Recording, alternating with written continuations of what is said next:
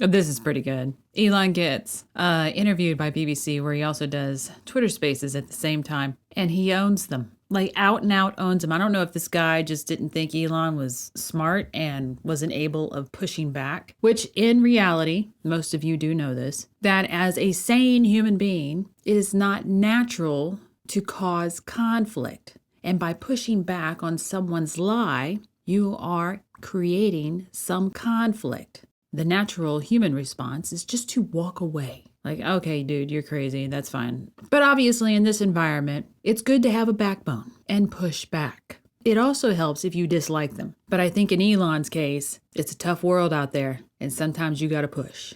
I would only just add that, we have spoken to people who have been sacked that used to be in content moderation, So he's breathing heavily. He's stressed. He's got his arms over the knees, so he's putting himself in a position of strength, not only in the body, but in the mind. I've spoken to people very recently who were involved in moderation, and they just say there's not enough people to police this stuff, particularly around hate speech in the company. Is that what hate speech are you talking about? I mean, you use Twitter. Right. Do you see a rise in hate speech? So he's put himself in his position to be in strength. Body reflects the mind. The mind is in strength. And then he says, what hate speech? He opens up, palms up towards him. What hate speech? Like, I'm giving you an opportunity to tell me I'm wrong. What hate speech? But he's not leaned back. He's not leaned away. He's in the same position. It is just the hands offering him an open. I mean, but just a personal anecdote. Like, what do you do? I don't. He brings his one hand into a fist. He's staying in his strength. So he's telling himself, I'm not going to back down. But he is still trying to give an olive branch, so to speak, with the other hand. Personally, for you, I would see I get more of that kind of content, yeah, personally. And this guy is such a weasel. I see these people all the time, but still, it blows my mind how easily they will try to manipulate you. He's moving his body, and then he goes, personally, in my for you, he comes at you from the side, but he's still giving good eye contact. I can look you in the eye and lie to you. But I'm not going to talk to the rest. And you see how he does his hand? It's like it comes in, it's like a little swishy gate up and sideways. And then he flays it out like he's waving. He's just a wave of conversation. It's just a wave. I'm with my body, with my little hand here. I am making it as if I have a wave of hate information, which is manipulative in itself because people see that movement and they think there must be a lot of hate. He's got the wave going. You see Elon, his response is, all right, I've created my little triangle down here because my brain is engaged and I'm going to take you out.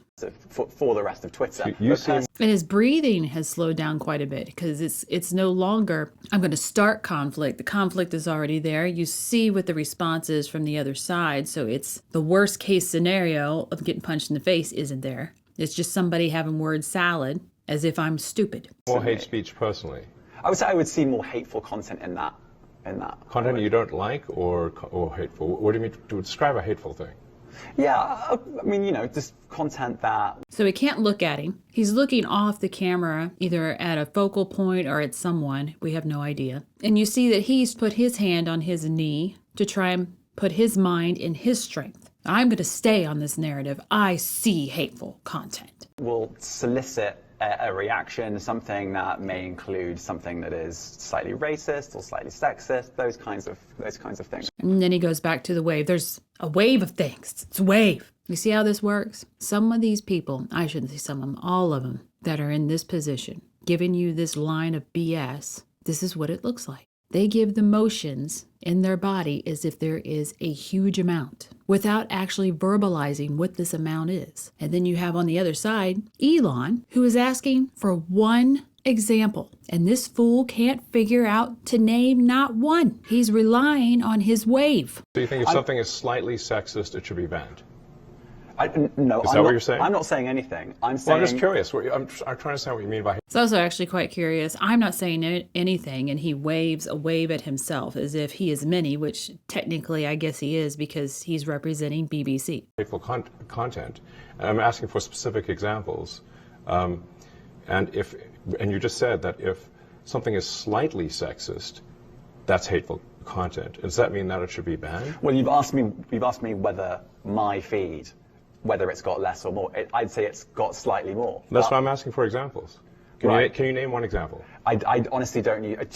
Honestly, I don't. You can't name a single example. I'll tell you why. Because I don't actually use that for you feed anymore. Because I. Can you name one example? His fist, arm goes across the chest. It's pretty much a defensive mode because this is what he's got in his mind. He is going to push back on. Name me one. I would say that based on this kind of pushback from Elon, he's not necessarily a guy that likes to have conflict. My guess would be that if he sees any potential for conflict, he'd rather just not be in the room. I just don't particularly like it. But you said actually, a lot of people are quite similar. I only look at hang on a second. my You said you've seen more hateful content, but you can't name a single example. So he's about to increase the conflict. And you see that because the mind and the body know where it's going. He's completely crossed his arms. He's protecting his chin. And he's leaning forward as he says this because he's going to call him a liar, which is increasing conflict. And the fool on the other side is still leaning on his knee, going to stay in his mindset of there is hateful conflict. You can't really see his facial features too well, but he has gone tight-lipped. He's leaning on the side. He's irritated. Not even one. I'm not sure I've used that feed for the last 3 or 4 weeks. And then how did you see the hateful content?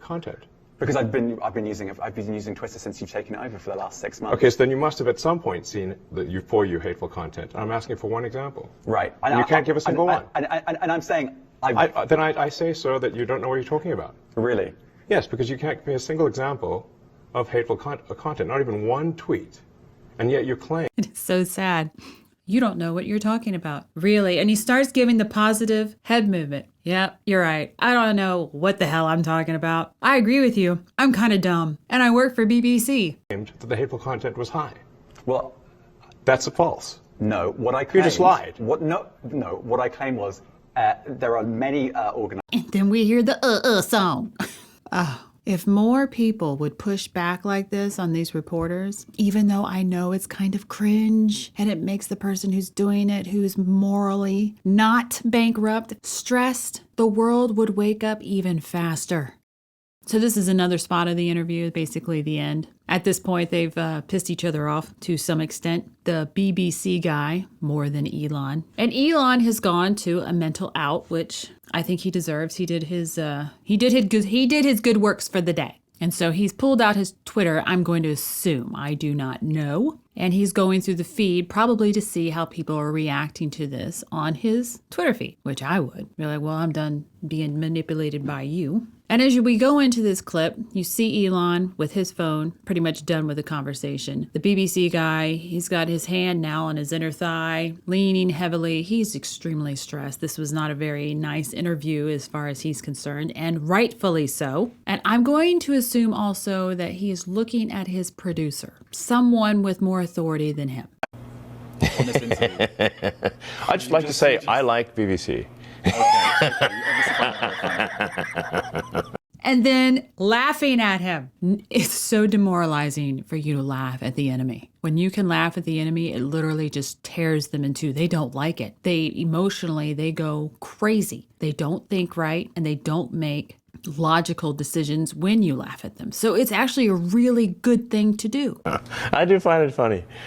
And as you sit there, he's laughed at him. He's the BBC guy's gone down slightly. He's been demoralized. He doesn't know how to respond. I've been laughed at. I think, honestly, So he's trying to, I think, honestly, because the brain can't engage when somebody laughs at you and you've been so demoralized by a stupid argument. Listening to the interview, the answer about misinformation and saying, oh, we don't police misinformation in this.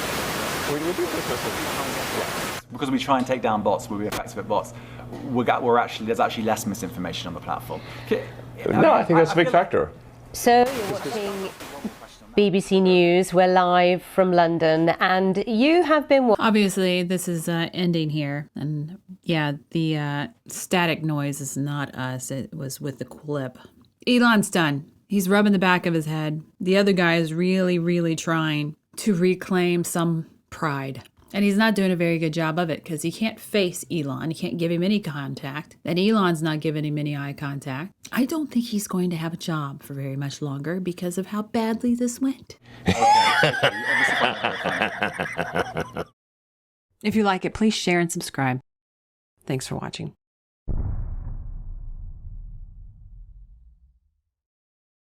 If you'd like to learn more about analysing body language, there is a video course available on Mandy's website for Gold subscribers.